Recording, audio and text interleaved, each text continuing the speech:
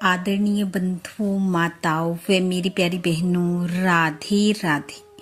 आप सभी का हमारे YouTube चैनल जीवन की धारा पर बहुत बहुत स्वागत है।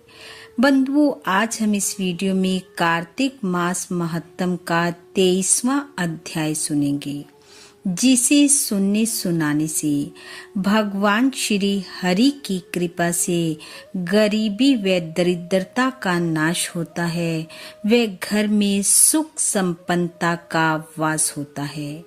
कथा महत्तम सुनने के बाद यदि आप हमारे चैनल पर नए हैं तो कृपया हमारे चैनल को सब्सक्राइब करें, बेल आइकन को प्रेस करें ताकि हमारी वीडियो की नोटिफिकेशन सबसे पहले आप तक पहुंचे। वीडियो को शेयर व लाइक भी जरूर करें। 23वां अध्याय, जय विजय का परस्पर एक दूसरे को शाप देना एवं मोक्ष की प्राप्ति। धर्मदत्त बोले, हे देवगणों, मैंने भगवान श्री हरि के 2 द्वारपालों जय और विजय के बारे में सुना है।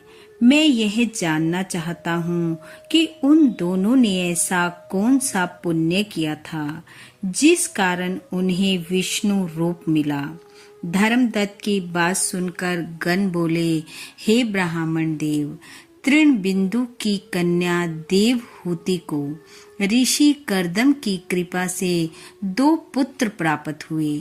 बड़े का नाम जय और छोटे का नाम विजय था। जय और विजय ने पूर्ण रूप से अपनी इंद्रियों को वश में करके अपने आप को भगवान विष्णु की भक्ति में लगा दिया था, जिससे वे दोनों बड़े धर्मशील हुए।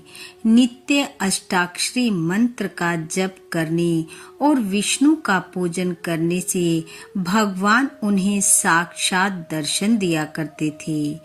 एक बार मरुत राजा ने उन दोनों को अपने यहाँ यज्ञ में बुलाया, क्योंकि वे दोनों जय और विजय यज्ञ कराने में चतुर थे।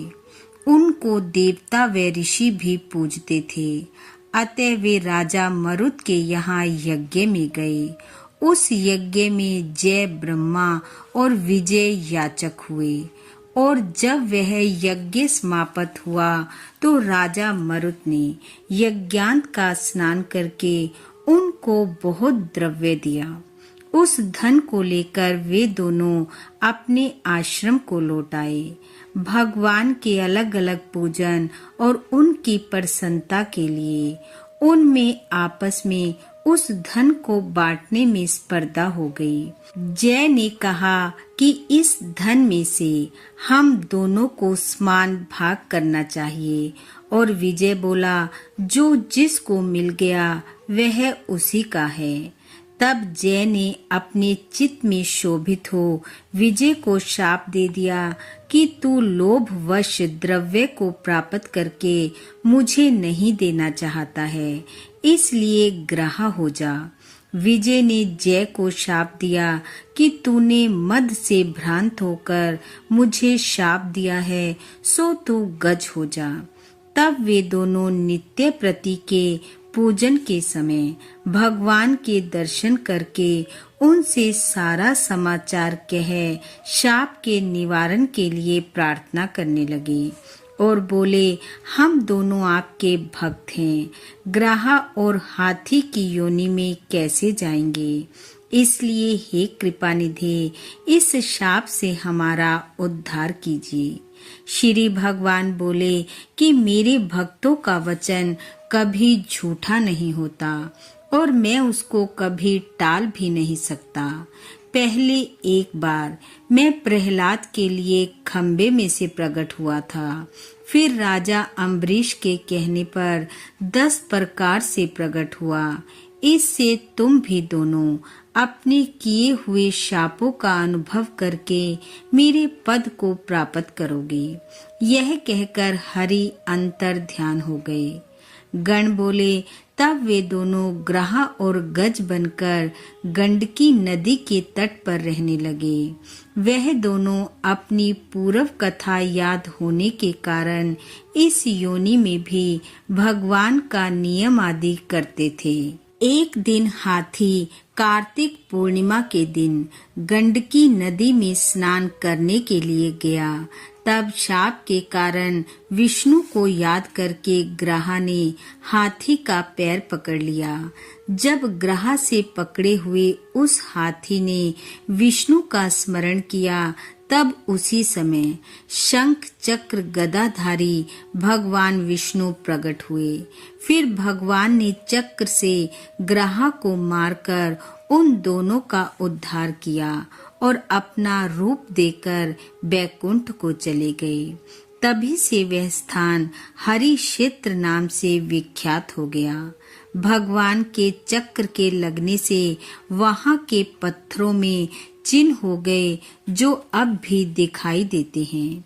ऐसा कहकर गण बोले, हे ब्राह्मण, जिनको तुमने पूछा सो वे दोनों जय विजय नाम से लोक में प्रसिद्ध हैं और विष्णु के प्यारे द्वारपाल हैं।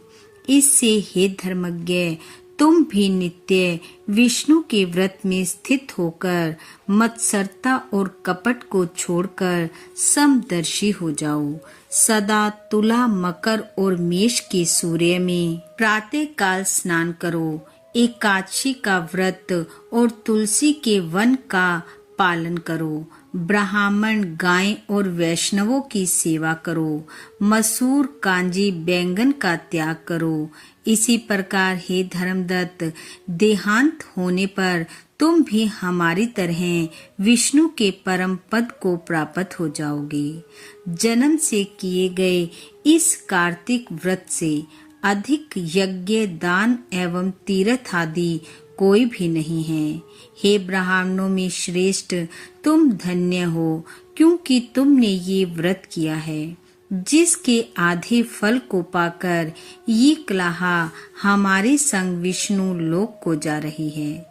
नारद जी बोले, हे राजन, धर्मदत्त से कहकर और विमान में बैठकर वे दोनों गण कलहा समेत बैकुंठ को चले गए। तब धर्मदत्त ने विश्वास पूर्वक उस व्रत का पालन किया और इस संसार के सुखों को भोगकर अंत में अपनी दोनों स्त्रियों के साथ बैकुंठ लोक को गया। इस प्रकार इस इतिहास को जो पुरुष भक्ति व श्रद्धा पूर्वक सुनेगा और दूसरों को सुनाएगा, वह जगत पालक श्री हरि की कृपा से भगवान के समीप पहुंचाने वाली भक्ति को प्राप्त होगा और इस संसार के सुखों को भोगकर अंत में हरि धाम को पाएगा। इति कार्तिक महत्तम 23वां अध्याय समाप्त। बोलो विष्णु भगवान की जय।